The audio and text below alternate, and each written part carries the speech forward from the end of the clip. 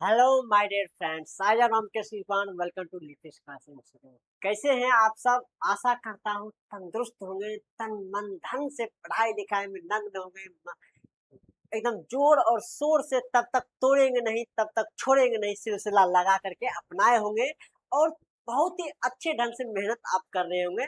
2027 के लिए प्रिपरेशन कर रहे हैं। तो चलिए आज का इस सफर में अपना सब very very important short type question देखने वाले हैं। 10 मोस्ट इंपॉर्टेंट क्वेश्चन देखेंगे पॉलिटिकल साइंस का। दो जो स्टूडेंट बिहार बोर्ड इंटर परीक्षा 2027 के लिए प्रिपरेशन कर रहा है, उसके लिए ये मोस्ट मोस्ट इम्पोर्टेंट क्वेश्चन होने वाला है। आपको देखने के लिए मिलेगा 2027 के एग्जाम में जब बैठिएगा, यहाँ क्वेश्चन बहुत ही मिलेगा। तो चलिए, आप सबको वीडियो अच्छा लगेगा तो एक बार लाइक शेयर सब्सक्राइब हो जाना चाहिए। लाइक शेयर सब्सक्राइब ये रुकना नहीं चाहिए, ये रुकेगा नहीं और आपके लिए हमेशा तट पर आपके लिए हम लेकर के वीडियो आते रहेंगे। कोई दिक्कत यहाँ पर नहीं होने वाला है।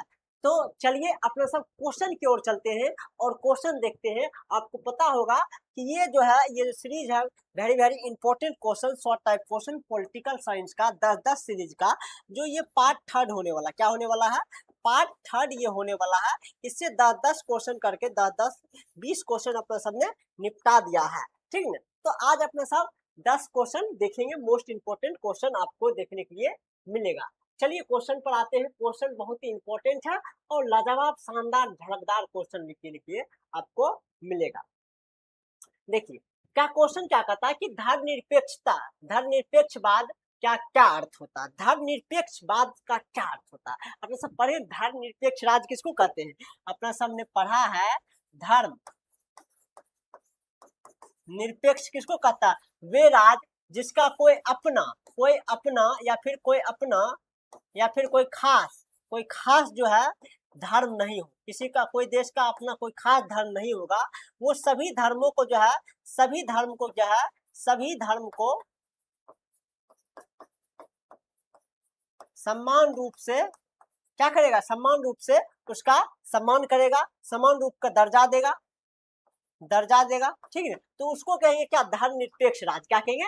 धर्मनिरपेक्ष राज्य। धर्म का कोई अपना कोई भी राज्य का या फिर कोई भी देश का अपना धर्म नहीं होता है, ठीक है। वो सभी धर्मों का सम्मान करता है और यहाँ पर जो लोग रहता है, यहाँ के लोगों को जो है ये स्वतंत्रता दिया जाता है, स्वतंत्रता दिया जाता है कि कोई भी लोग जो है अपना अपना जो है अपना अपने पसंद के अनुसार क्या कर सके? अपना धर्म चुन सके।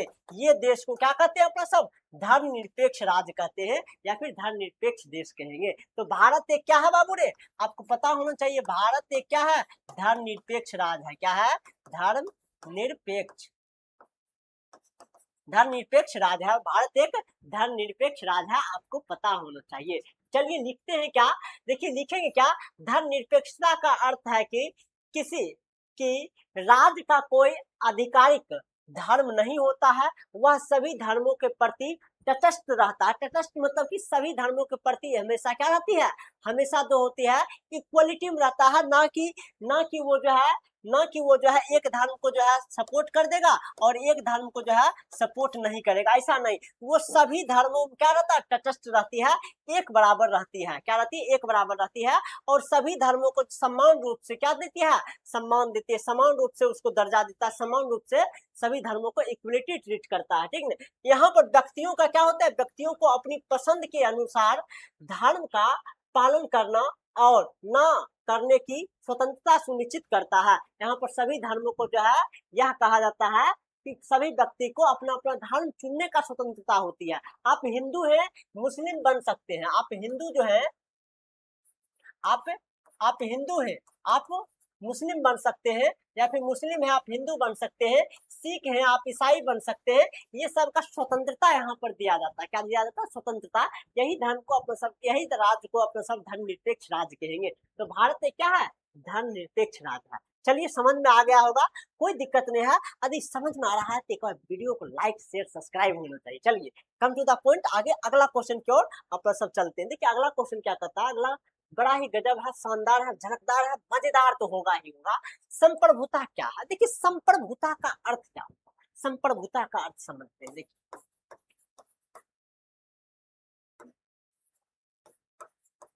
संप्रभुता क्या होता है? देखिए संप्रभुता लिखा गया ना, संप्रभुता। संप्रभुता का क्या अर्थ होता है? संप्रभुता देखिए, यदि वैसा देश जो अपने आंतरिक मामला में या फिर बाहरी मामला, ठीक ना, आंतरिक मामला में या फिर बाहरी मामला, क्या बाहरी मामला में अपना निर्णय जो होगा, अपना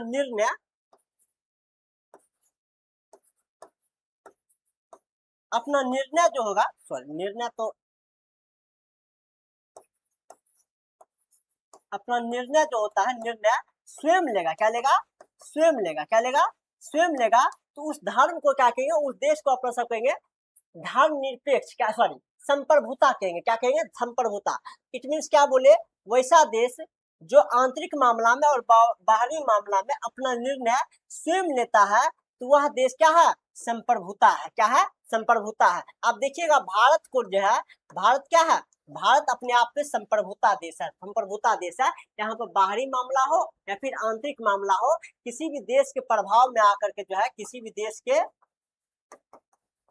प्रभाव में, किसी भी देश के प्रभाव में जो है, यहाँ पर कोई निर्णय नहीं लिया जाता है। भारत स्वयं का मामला स्वयं लेता है, समझ रहा है कि नहीं? बाहरी मामला हो या फिर आंतरिक मामला हो, तो भारत का क्या है? अपना संप्रभुता है। भारत का क्या है? अपना संप्रभुता है। तो वही संप्रभुता क्या होता है उसके बारे में कहता, लिखने के लिए लिखेंगे, संप्रभुता राज्य की सर्वोच्च और निरंकुश शक्ति है। सर्वोच्च और निरंकुश शक्ति है, जिसके अनुसार राज्य अपने आंतरिक और बाहरी मामलों में निर्णय लेने के लिए स्वतंत्र होता है। कोई अन्य बाहरी या आंतरिक शक्ति उसे नियंत्रित नहीं कर सकती है। यहाँ पर बाहरी और आंतरिक मामला कोई भी इसको जो है नियंत्रित नहीं करता है। समझ रहे कि नहीं दोस्तों? आपको अच्छा लगता होगा, आपको वीडियो अच्छा लगता होगा, ये हम मान के चलते हैं, कोई दिक्कत नहीं होना चाहिए। एक बार देख लेते हैं कौन कौन हमारे साथ आ गए हैं, एक बार देख लेते हैं। चलिए,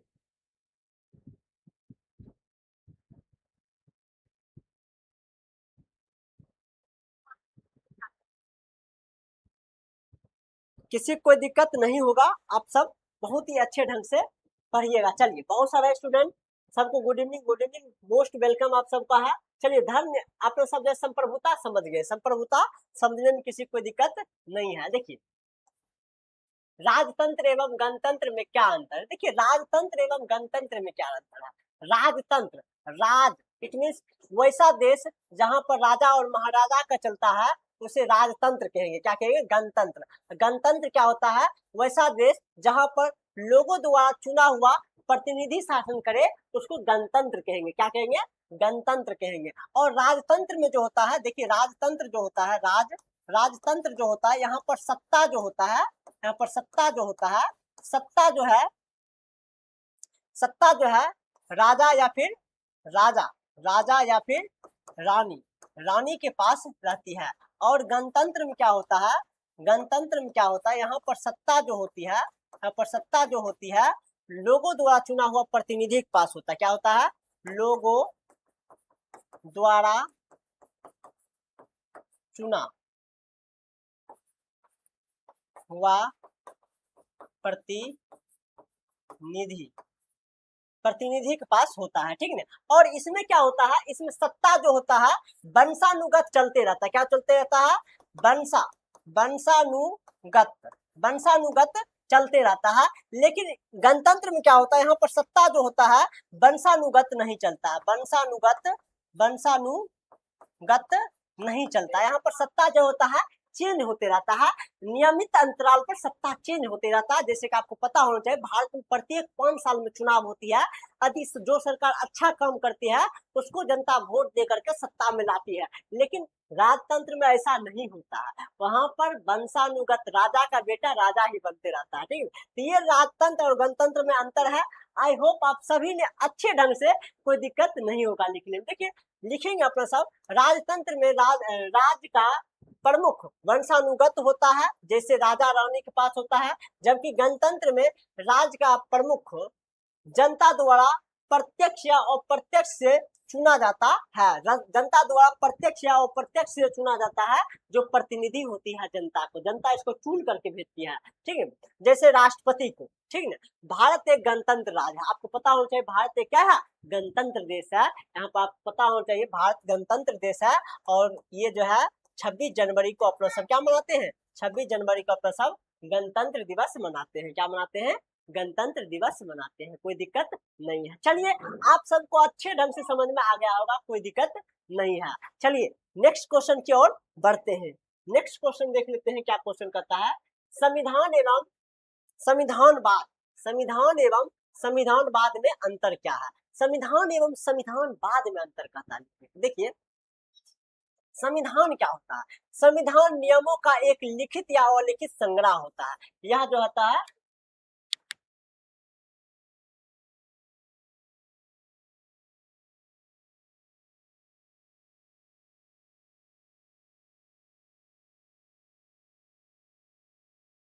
चलिए, तो संविधान में संविधान नियमों का एक लिखित या अलिखित संग्रह होता है। क्या होता है, लिखित या अलिखित संग्रह होता है। लेकिन संविधानवाद सरकार की शक्तियों को सीमित करने का सिद्धांत है, जो संवैधानिक प्रावधानों के भीतर रहकर शासन चलाने पर जोर देता है, ताकि नागरिक स्वतंत्रताएं सुरक्षित रहे। देखिए बहुत ही अच्छा बात बोला, बहुत ही शानदार लाजवाब और सुंदर बात तो बोले में किया है।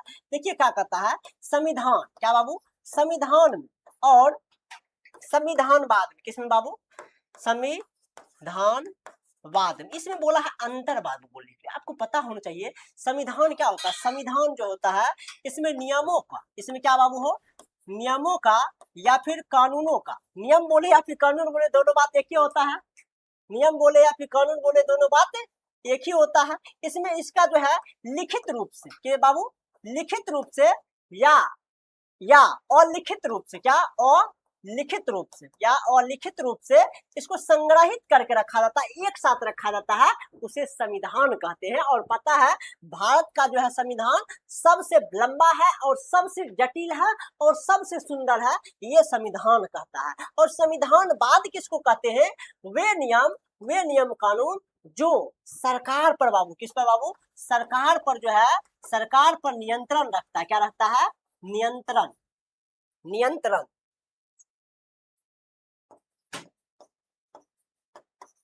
रखता है। क्या रखता है, नियंत्रण रखता है, जाकि ताकि सरकार अपनी मनमर्जी ना करे, सरकार अपनी मनमानी ना करे, ताकि लोगों को सुरक्षित ढंग से जो है उसका अधिकार बचा रहे। ये सब देखभाल जो करता है उसको कहते हैं संविधानवाद। क्या कहते हैं, संविधानवाद। तो वही लिखा भी है, संविधानवाद सरकार की शक्तियों को सीमित करता है। ये सरकार की क्या करता है, सरकार पर नियंत्रण रखता है, उसकी शक्तियों को सीमित करता है, ठीक है, जो संवैधानिक प्रावधानों को भीतर ही रहकर शासन चलाने पर जोर देता है। और संविधानवाद किस पर जोर देता है, संवैधानिक प्रावधानों के भीतर ही, ये नहीं कि हमको लोग एमएलए बना देगा, हमको लोग विधायक बना देगा, हमको लोग चीफ मिनिस्टर बना देगा, हम अपने मनमर्जी करेंगे, हम अपने लिए जो है गाड़ी बनवाएंगे, घर बनवाएंगे, हम अपने लिए रोड बनवाएंगे, उस पर हम ही चलेंगे, ऐसा नहीं, अपना मनमर्जी नहीं कर सकते हैं। वो इस पर जोर देता है संविधानवाद कि आपको जो संविधान दिया गया उस संविधान के अनुसार प्रावधान ही जो है आपको काम करना पड़ेगा, ताकि इससे क्या होगा, नागरिकों को स्वतंत्रता सुरक्षित रहेगा। क्या रहेगा, सुरक्षित रहेगा। चलिए आई होप आपको संविधानवाद और संविधान में अंतर समझ में आ गया।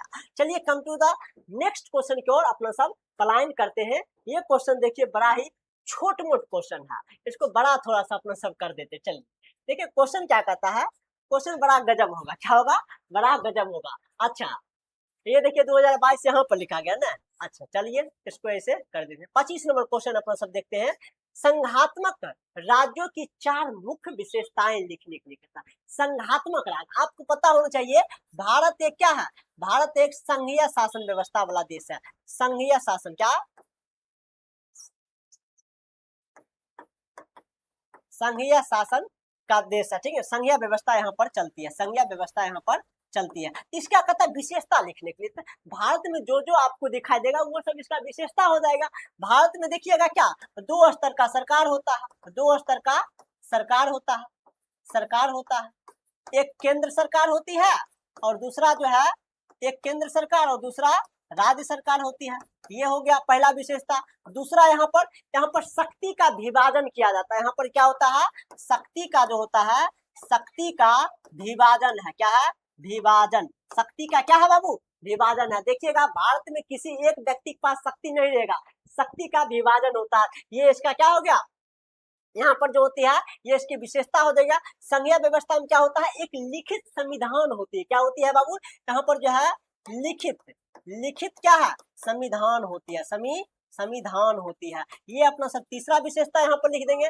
यहाँ पर क्या लिख देंगे, तीसरा विशेषता लिख देंगे। और चौथा विशेषता में क्या होगा, यहाँ पर संविधान का सर्वोच्चता पाई जाती है। यहाँ पर संविधान का क्या होती है, सर्वोच्चता होती है। और यहाँ पर एक स्वतंत्र, पांचवा लिखेंगे, स्वतंत्र न्यायपालिका होती है। क्या होती है, स्वतंत्र न्यायपालिका होती है। ठीक है, तो ये सब इसकी विशेषता आराम से अपना सब लिख सकते हैं, कोई दिक्कत नहीं है। पिछले एक क्वेश्चन में भी ये आया था संघात्मक राज्यों का विशेषता लिखने के लिए। तो लिखेंगे बाबू क्या, संघात्मक राज्यों की 4 मुख्य विशेषताएं हैं। पहला, सरकार के 2 स्तर होते हैं, पहला केंद्र और दूसरा राज्य सरकार होती है। दूसरा विशेषता है शक्तियों का संवैधानिक विभाजन होता है, आपको बता ही दिए, शक्तियों का विभाजन होता है। तीसरा, लिखित और सर्वोच्च संविधान होता है। यहाँ पर लिखित और सर्वोच्च, और संविधान सबसे बड़ा सर्वोच्च होता है। संविधान के बाहर कोई भी व्यक्ति नहीं होता, सब लोग जो है, चाहे वो प्रधानमंत्री हो, चाहे वो राष्ट्रपति हो, चाहे वो आम आदमी हो, सभी संविधान के अंडर ही रहेगा। क्या रहेगा, संविधान के अंडर ही रहेगा। इसलिए यहाँ पर लिखित संविधान और सर्वोच्च संविधान होती है। ठीक है, और चौथा विशेषता स्वतंत्र न्यायपालिका होती है। क्या होती है, स्वतंत्र न्यायपालिका होती है। ये सब 4 विशेषता बोला, तो अपना सब आराम से 4 विशेषता लिख देंगे, कोई दिक्कत नहीं है। चलिए, आई होप आपको समझ में आ गया होगा, कोई दिक्कत नहीं है। नेक्स्ट क्वेश्चन की ओर चलते हैं। नेक्स्ट क्वेश्चन क्या है, बड़ा ही शानदार होगा। चलिए, नेक्स्ट क्वेश्चन थोड़ा सा बड़ा हो गया ना, इसको छोटा करना पड़ेगा ना। चलिए, क्वेश्चन क्या है, क्वेश्चन बड़ा गजब है, लाजवाब है। ठीक है, चलिए, क्वेश्चन क्या कहता है, क्वेश्चन कहता है कि विधेयक क्या है। देखिए, विधेयक क्या है, विधेयक क्या है, बड़ा गजब क्वेश्चन है। विधेयक क्या है, देखिए विधेयक पूछा है। देखिए, आपको हम बता देते हैं विधेयक क्या है। विधेयक, विधेयक, इसे देखिए, विधेयक जो होता है ना, विधेयक 2 जगह किया जा सकता है, दोनों सदन, या फिर जो है ये जो है सदन में भी किया जा सकता है, या फिर जो है ये विधान मंडल में भी किया जा सकता है। विधान मंडल, सदन इट मीन्स लोकसभा, या फिर राज्यसभा, ये दोनों जगह क्या किया जा सकता है, यहाँ ये दोनों जगह जो है क्या विधेयक पारित किया जा सकता है। ठीक ना, और यहाँ विधान मंडल में भी किया जा सकता है। विधान मंडल भी तो होती है, पहला क्या होती है, ये विधानसभा में, या नहीं तो दूसरा विधान परिषद में। क्या बाबू, विधान परिषद में, ये 4 जगह। इट मीन सदन में बात करेंगे, लोकसभा और राज्यसभा जो कि दिल्ली में रहती है, यहाँ पर भी विधेयक पास किया जा सकता है। या विधान मंडल में, इट मीन विधानसभा और विधान परिषद में भी क्या किया जा सकता है, विधेयक पास किया जा सकता है। गुरुजी, आप ये क्या बता रहे हैं, आपको पता होना चाहिए सदन 2 होती है, एक लोकसभा एक राज्यसभा। देखिए, हम ये नहीं बात बता रहे हैं, विधेयक कौन सा विधेयक, बहुत सारा विधेयक होता है, 4 विधेयक होता है। क्या विधेयक होता है, 4 विधेयक होता है। वित्त विधेयक होता है, धन विधेयक होता है, एक साधारण विधेयक होता है, और एक विधेयक और होती है। तो ये विधेयक का प्रकार नहीं बता रहे हैं, विधेयक ये सभी जगह पारित किया जा सकता है। कौन सा विधेयक, ये बात करेंगे। जैसे कि धन विधेयक सिर्फ और सिर्फ लोकसभा और विधानसभा में ही पास होती है, राज्यसभा और विधान परिषद में पास नहीं होता है, उसका बात नहीं कर रहे, बट विधेयक पास कर रहे। देखिए, विधेयक क्या होता है, जैसे कि आपको पता होना चाहिए, इसी की बात कर लेते विधानमंडल में। विधानमंडल में ही जो है विधानसभा पास कर लेते। मान लीजिए कि यहाँ पर हमको कोई विधेयक पास करना है, तो बहुत सारा यहाँ पर क्या होता है, एमएलए बैठे रहेंगे, बहुत सारा एमएलए बैठे रहेंगे। यहाँ पर राज्यपाल होंगे बैठल, ठीक है, जो कि इसका स्पीकर होंगे। ठीक है, तो ये रहते हैं। ठीक है, तो अब देखिए, कोई भी मंत्री को जो है, या फिर कोई भी एमएलए को यहाँ पर जो है कोई एक नियम पास कराना पड़ेगा। क्या पास कराना पड़ेगा, कोई नियम पास कराना पड़ेगा। तो ये प्रस्ताव करेगा, क्या करेगा बाबू, प्रस्ताव करेगा। ये जो प्रस्ताव किया है, ये जो बात बोला है, जैसे कि हमको पता है, हम मान लीजिए कि एक एमएलए है, क्या है, हम एक एमएलए हैं, हम एक पास भारत में बिहार में हम पास ये विधान सभा में हम ये पास कराना चाहते हैं, भारतीय बिहार के सभी स्टूडेंटों को ऐसा रोजगार मिलना चाहिए, ऐसा अवसर मिलना चाहिए, ताकि वे दूसरों राज्यों में काम करने नहीं जाए। ऐसा हमको क्या मिलना चाहिए, एगो हम विधेयक पास किए, ये विधेयक कहाँ जाएगा, पहले यहाँ विधानमंडल में गया, तो ये जो हम बोले हैं ना, वही विधेयक हो गया, ठीक है ना, विधेयक हो गया। यहाँ पर जो बात करेगा, ये क्या होता है विधेयक, ये जो है कच्चा होता है, क्या होता है, कच्चा होता है। ये मतलब कि ये पास नहीं हो सकता, यदि पास हो करके राष्ट्रपति के पास चला जाएगा वो सिग्नेचर होने के लिए, और राष्ट्रपति के पास सिग्नेचर होकर के जो है वो पूरा देश में लागू हो जाएगा, तब वो हो जाएगा अधिनियम। क्या हो जाएगा, अधिनियम। तो विधेयक आपको समझ में आ गया होगा, विधेयक मीन्स बिल का प्रस्तावित कानून होता है। ये प्रस्तावित कानून होता है जो सदन या राज्य विधानमंडल में प्रस्तुत किया जाता है। कहाँ पर, संसद में, इट मीन सदन, इट मीन सांसद, सांसद में, ठीक है, सांसद में, या नहीं तो विधानमंडल में प्रस्तुत किया जा सकता है। इसे कानून बनाने के लिए दोनों सदनों से पारित किया जा सकता है, दोनों सदनों से, या फिर लोकसभा राज्यसभा से पास होगा तभी ये बनेगा, यदि विधानमंडल में गया तो विधानसभा और विधान परिषद में पास होगा तभी ये बनेगा, ठीक है। राष्ट्रपति राज्यपाल की स्वीकृति प्राप्त करना आवश्यक होता है। इसमें क्या होता है, इसमें कोई भी विधेयक बनाने में राष्ट्रपति को या फिर राज्यपाल का जो है स्वीकृति लेना बहुत ही इंपॉर्टेंट होता है। यदि यहाँ पर जो है संसद में बना तो राष्ट्रपति का यहाँ पर जो है क्या होना चाहिए, स्वीकृति होना चाहिए। यदि विधानमंडल में बना तो राज्यपाल का स्वीकृति होना बहुत ही इंपॉर्टेंट होता है, समझ रहे कि नहीं। ये विधेयक होता है, क्या होता है, विधेयक कोई भी पारित किया जा सकता है। तो आई होप आपको समझ में आ गया है विधेयक क्या होता है। विधेयक वह कानून होता है जो प्रस्तावित किया जा सकता है, प्रस्तावित संसद या फिर राज्य के विधानमंडल में प्रस्तुत किया जा सकता है। इन्हें कानून बनाने के लिए दोनों सदनों में पारित किया जाना अनिवार्य होता है। राष्ट्रपति और राज्यपाल की स्वीकृति प्राप्त आवश्यक होता है, ये बात आपको पता होना चाहिए। देखिए अगला क्वेश्चन कहता है राज्य पुनर्गठन आयोग क्या होता है। राज्य पुनर्गठन आयोग क्या होता है, इसके बाद बोला। देखिए राज्य पुनर्गठन आयोग क्या होता है। राज्य पुनर्गठन आयोग की स्थापना 1953 में किया गया। क्या किया गया, 1953 में। और इसका अध्यक्ष जो बनाया गया, क्या हो बाबू, इसका अध्यक्ष जो बनाया गया न्यायमूर्ति फैजल अली को बनाया गया। क्या, न्यायमूर्ति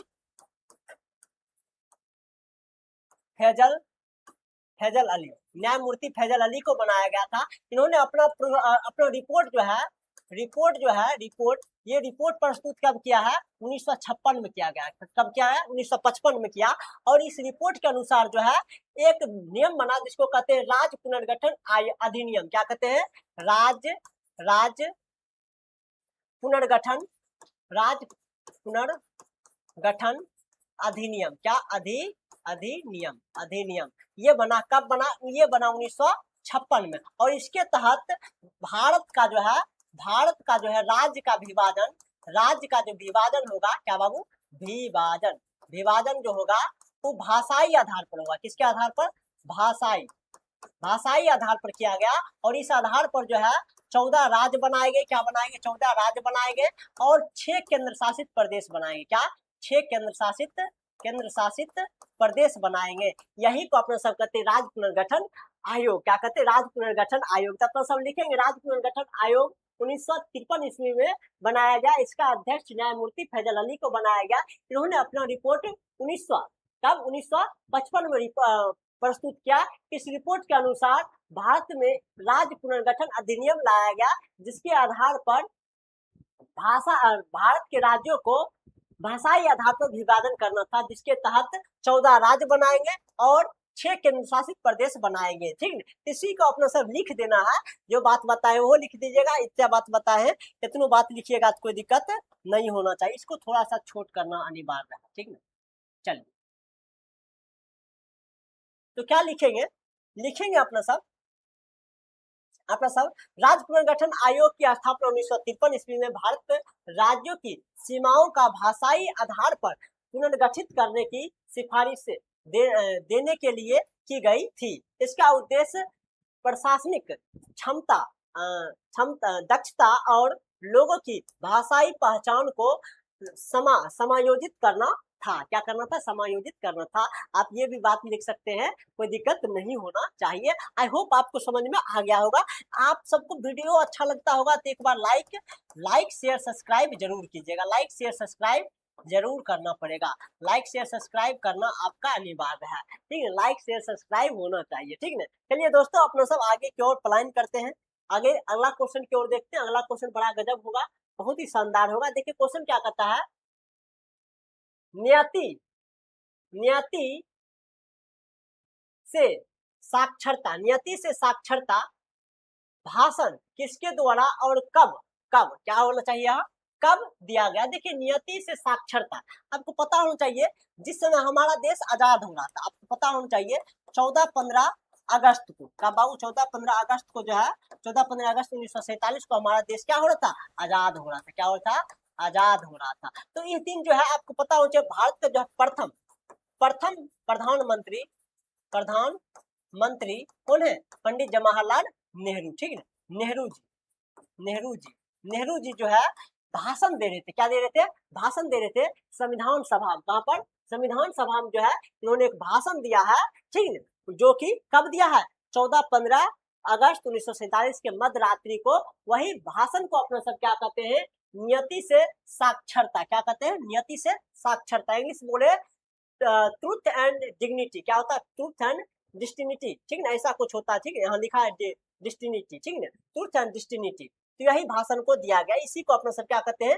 नियति से साक्षरता, ठीक है। तो लिखेंगे नियति से साक्षरता, ट्रस्ट विथ डिग्निटी भाषण भारत के प्रथम प्रधानमंत्री जवाहरलाल नेहरू द्वारा 14-15 अगस्त 1947 की मध्य रात्रि को संविधान सभा, कहां पर बाबू? आपको पता है संविधान सभा में दिया गया था, जब भारत स्वतंत्र हुआ था। तो इसी को अपना सब कहते हैं नियति से साक्षरता, साक्षात्कार। क्या?